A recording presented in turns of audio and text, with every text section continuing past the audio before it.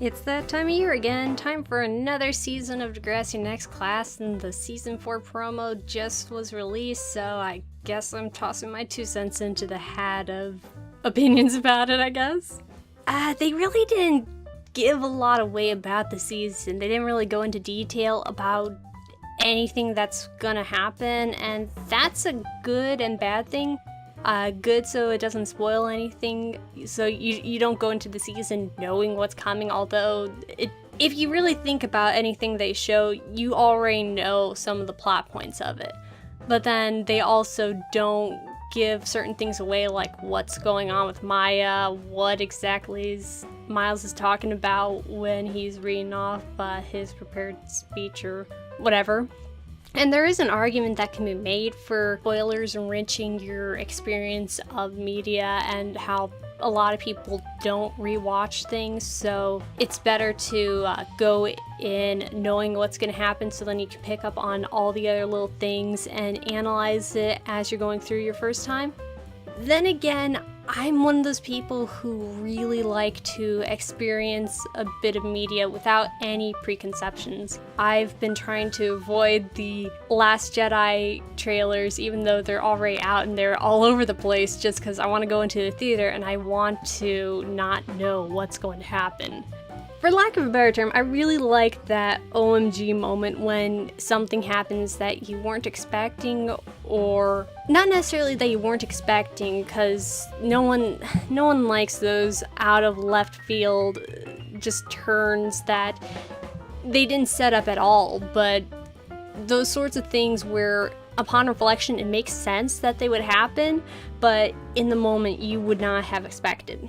I've seen it stated that this promo really didn't do a good job of hyping the 4th season, and I kind of have to agree. It was standard. I mean, it got me interested in it because I was able to pick out and analyze a lot of the little bits and pieces of what to expect from the season. But whereas with last season's promo, you've got someone throwing something at a mirror and shattering it. You've got someone in a coma and a lot of yelling and crying and stuff.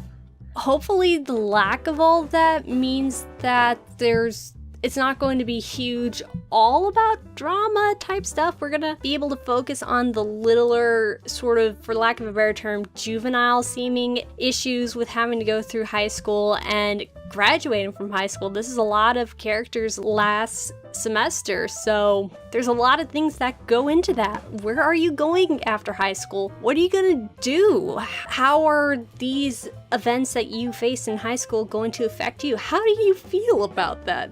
It's something they really should have started up in at least the last season, although their junior year would have been better, because by senior year you already kind of have an idea of what you're going to be doing, at least as far as which college you're going into. I don't know, I imagine it's pretty similar in Canada, but at least in the US, your junior year of high school, you have an idea of which schools you're looking at, what sort of program you want to go into. You're already picking out which colleges to send, your ACT scores when they come in. Your senior year, the start of it, you're applying to those colleges. Your second semester, you're filling out your FAFSA and getting financial aid for whichever colleges accept you and whichever one you're going to. So it's something that would have been established before then, so they got a little bit of catching up to do, because I don't know what Jonah or Grace or anyone's going to be doing after high school, really.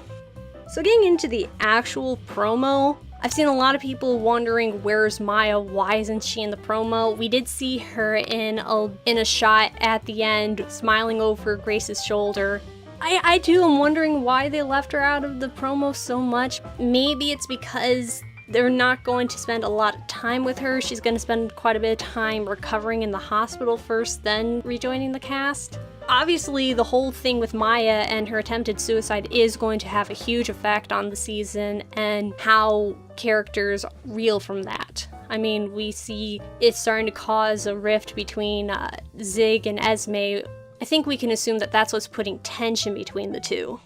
Although I have to say, I don't really like that it seems that Zig and Esme are probably going to break up, possibly, because as I watch Degrassi, I see a lot of couples get together one season, they stay together the next season, and then they break up by the end of either that season or the beginning of the next season or something. They don't stay together very long, which is understandable because there's a lot of couples who are together for a few weeks, a few months in high school, but don't last. But does it have to be pretty much every couple? There are a few long-lasting couples like Eli and Claire, Connor and Jenna. I believe they were together for a few seasons.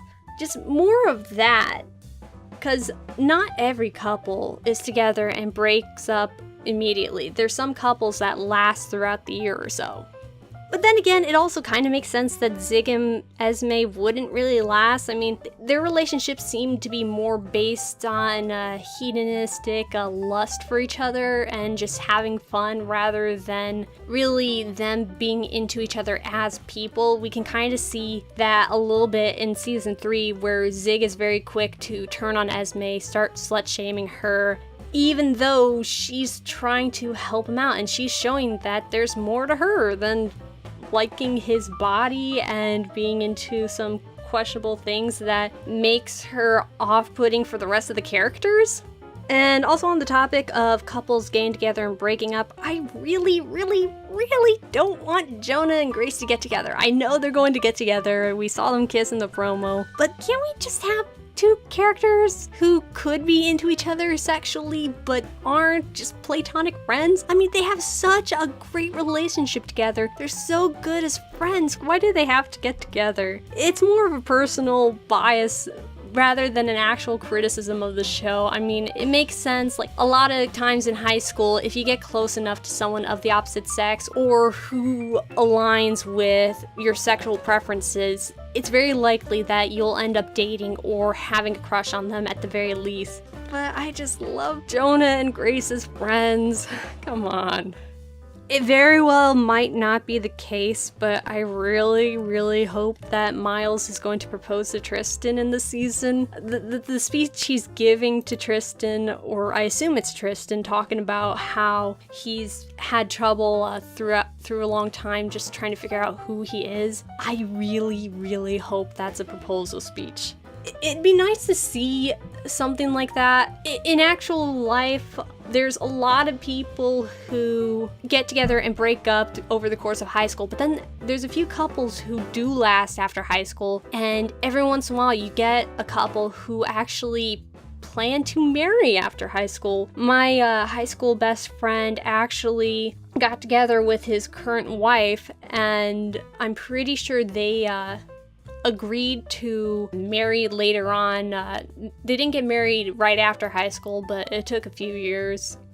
Again, it's not every couple's like this, and I would definitely not like it if they started doing this more often, but every once in a while we can have something like we had with Alexa and Simon, to where they've been together for quite a while, and it just makes sense that, of course, they'd want to get married, whether or not they're actually right for each other. Because if I remember correctly, Simon and Alexa weren't really the best couple. One thing this promo did get me hyped up for is what's going on with Shay. She's a character who has really resonated with me, and I just love Shay to death. I love her storyline, how she's a character who has her goals, she knows what she wants. It's not just her parents pushing her to be better or to do the whole academic perfection and physical perfection type thing. It's what she wants.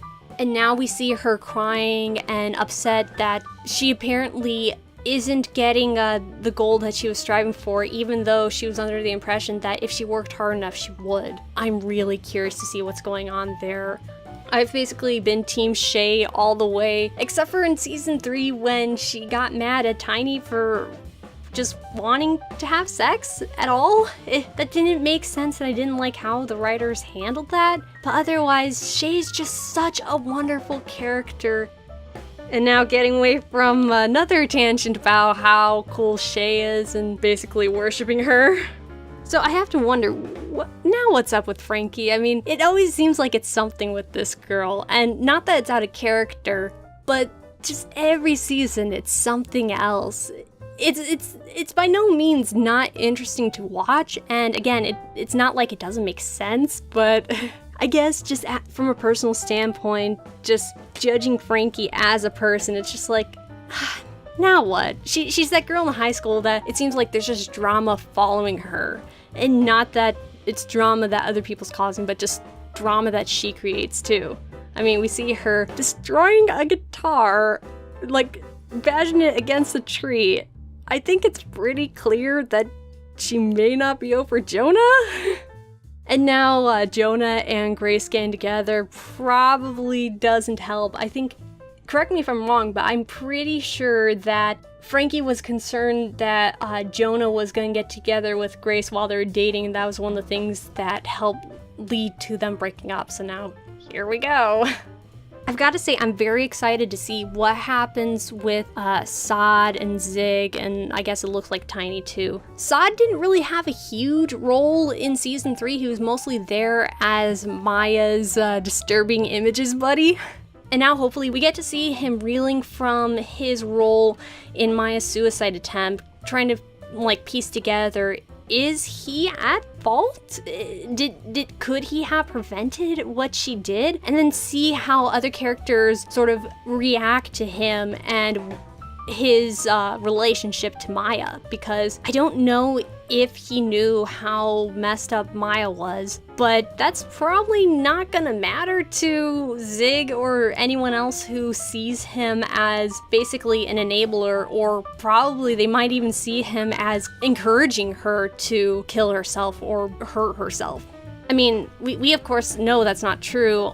I mean, he's just a photographer and they shared an interest in morbid pictures, but no one else is probably going to see it that way. I can imagine that what's going to happen to him is basically what happened to Rick when Terry went into the hospital and everyone found out that he was abusing Terry. They're not the exact same situation, but I can imagine Sod just getting so beat up and bullied by everyone for just him being involved with Maya's suicide attempt. I also have to wonder, what is it about Yael's life that's about to change forever? We don't really have any hints about what that is except for her kissing Hunter. Are they going to have sex for the first time? I know it's been posited that they're finally going to reveal why she wears a wig to school all the time. It's been theorized that she has that condition, starts with the T, trichomia. I can't remember what exactly it is, where you basically pull your own hair out. It's sort of an anxious thing you do, and that's why she's always wearing what looks like to be a wig. I personally would like it if she just wore a wig because she doesn't really care for her own natural hair and she can't really style or dye it or something, but that's just more me wishing that into a show that I really like, because I would totally do that if I had the means to. In fact, I started doing that. But that's a side thing. They didn't really bring it up in the promo or anything about addressing the wig, but they might finally do that.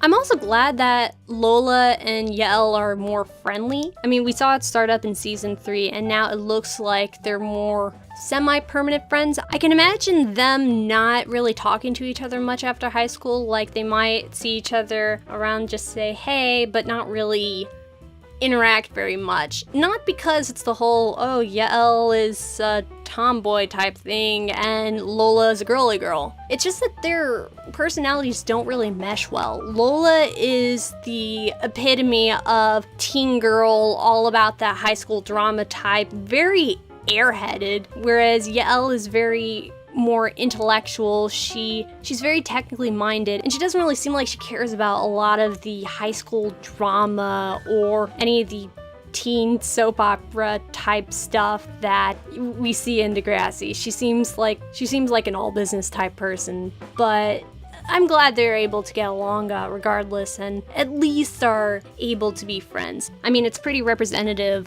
of the high school experience. You become friends with people who you might not get along with outside of school, or if you weren't put into this group where you only had a few select people to choose for friends, but you become friends anyway because you have just enough in common and you can relate to each other. I also saw a comment where someone really didn't want there to be school play in the season, and I really agree. Like, oh my gosh, this whole school play thing is getting done to death. The whole, oh, I'm writing a play, but it's relating to my real life. It was interesting when Eli did it. It was interesting a little bit to see it last season, but it just keeps getting done, and every time it happens, it makes you wonder, where is the adult oversight in this? Why can these characters just rewrite and recast this production so often? It's crazy. And then one more thing I want to bring up about this promo is, do we care that a lot of these characters are graduating? I mean, it's not an insignificant portion of the cast who are going to be leaving. I mean, I can't remember the exact count, but there's very few who aren't seniors this year. I personally think a part of that's from the change in formula going over to Netflix. Now we only have 10 episode seasons, and they don't come out nearly as often as previous Degrassi seasons. There's 6 months in between each season, and we have to be satisfied with just 10 episodes. And that doesn't really give you a lot of time to explore characters very much. They've been able to tell some really interesting stories, but some characters kind of get left on the side to focus on other characters. Whereas with previous seasons, before they went over to Netflix, there were like 40 episodes per season, and they were coming out almost year round. Like there were a little seasonal breaks, but it'd be more than just in January or just in July. There would be so much more time to really get into these characters, learn about them, and just see them around incidentally, not even being the topic of the episode or the season.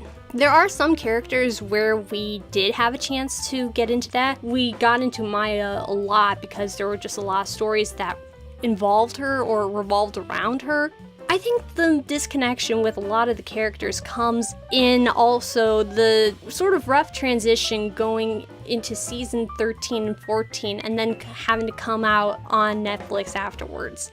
Season 13 and 14 started to go through patches of just being unrealistic teen soap opera drama-y, more like a teen show that you would see on something like the CW, rather than slice of life, this is high school type stuff.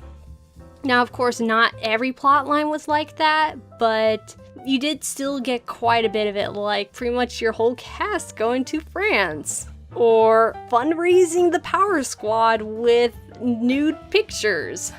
You can't really point a finger to blame one thing as to why people aren't connecting with some of these characters. It's understandable.